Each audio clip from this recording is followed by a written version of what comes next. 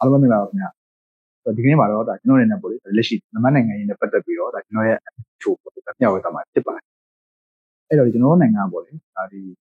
1948ခုနှစ်ဇန်နဝါရီလ4ရက်နေ့မှာလွတ်လပ်ရေးရပြီးတော့ပေါ့လေလွတ်လပ်တဲ့နိုင်ငံတစ်ခုဖြစ်နေတည်ထောင်နိုင်ခဲ့တာဖြစ်ပါတယ်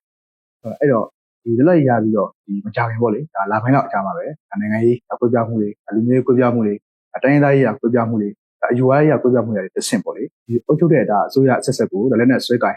တော်လှန်ခဲ့ကြတယ်တစ်ဆင့်ကျွန်တော်နိုင်ငံမှာနိုင်ငံပြည်ပခါတွေကစပြီးတော့ပေါ်ပေါက်လာခဲ့ဖြစ်ပါတယ်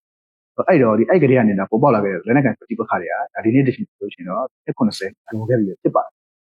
အဲ့ဒီမတိုင်ခင်တုန်းကလည်းဒီလိုလေးမရခင်တုန်းကလည်းဗြိတိန်အစနစ်တွေကြောင့်မလို့ကျွန်တော်နိုင်ငံမှာပေါ့လေလူမျိုးစုတွေနဲ့ဒီစစ်ပွဲတွေနဲ့ပဲအချင်းပေးရတာဖြစ်တယ်လို့လွတ်လပ်ရေးရပြီးတဲ့အချိန်မှာလည်းပဲလူမျိုးစုတွေကပေါ့လေစူးစီးနဲ့ဖြစ်မလာပဲနဲ့ဒီစစ်ပွဲတွေနဲ့ပဲဆက်မှန်ပြီးတော့ကျွန်တော်နေရတာဖြစ်ပါတယ်အဲ့တော့ဒီအဲ့ဒီစစ်ပွဲတွေကြောင့်ပဲကျွန်တော်နိုင်ငံမှာပေါ့လေဒီမိုကရေစီစနစ်ကို1948ခုနှစ်ကနေ1958ခုနှစ်တည်ရပြီးတော့2011ခုနှစ်ကနေ2015ခုနှစ်တည်ရ2015နဲ့2020တည်ရဆိုတော့ဒီအချိန်ကာလ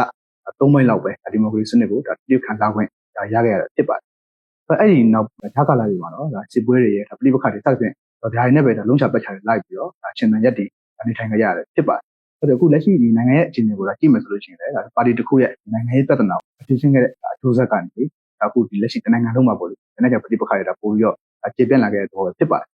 အဲ့ဒီလက်နက်ကိုင်ပြည်ပခါတွေနိုင်ငံမှာပို့ပြီးတော့ကျေပြန့်လာခဲ့တဲ့အကျိုးဆက်ကဘာဖြစ်လဲဆိုလို့ရှိရင်အဲ့လောက်ဖြစ်နေတာပို့ပြီးတော့ဂျွန်နေလာတယ်ပြီးတော့စစ်ပောင်ကျေလာတယ်နောက်တစ်ခုကဒီမိုကရေစီကပေါ့လေတဖြည်းဖြည်းနဲ့ပျောက်ကွယ်လာနေတဲ့သဘောဖြစ်တယ်လို့ကျွန်တော်မြင်တယ်တော့နောက်တစ်ချက်ကတော့အဲ့ဒီစစ်ပွဲတွေကအကျိုးဆက်ကြောင့်ပေါ့လေအပြည့်မဲ့တဲ့ပြည်သူလူထုကဂျာညက်ပြီးတော့လူမှုရေးစီးပွားရေးပညာရေးကျန်းမာရေးဆိုတဲ့စက်တေးတွေကို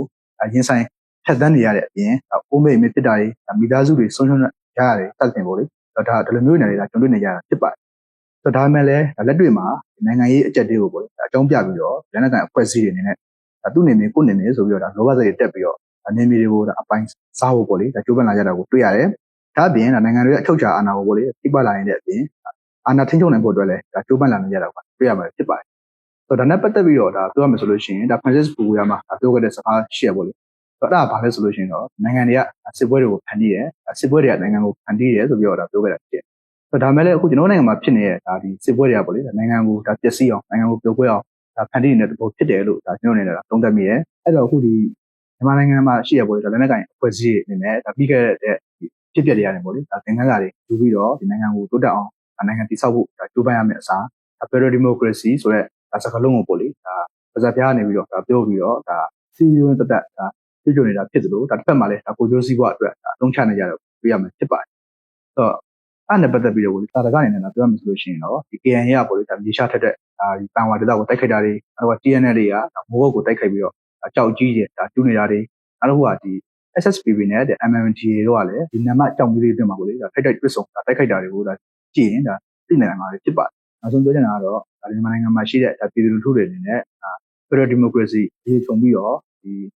လက်နက်ကင်တွေများတယ်ပေါ့လေနိုင်ငံအစ်စ်ကနေရုံးထွက်နိုင်ဖို့နဲ့Federal Democracy စနစ်ကိုအချိန်ကလေးပြည်ထောင်စုစနစ်တရားပေါ်ပေါက်လာဖို့ရယ်ငင်းချင်းအခင်းချင်းတရားပေါ်ပေါက်လာဖို့ဆိုလို့ရှိရင်တော့ဒီအကောင်းဆုံးနေရာတော့ဒီကောက်ကနေသွားတဲ့လမ်းစဉ်ကအကောင်းဆုံးဖြစ်လိမ့်မယ်လို့ကျွန်တော်အနေနဲ့သုံးသပ်မိပါတယ်အားလုံးကိုကျေးဇူးတင်ပါတယ်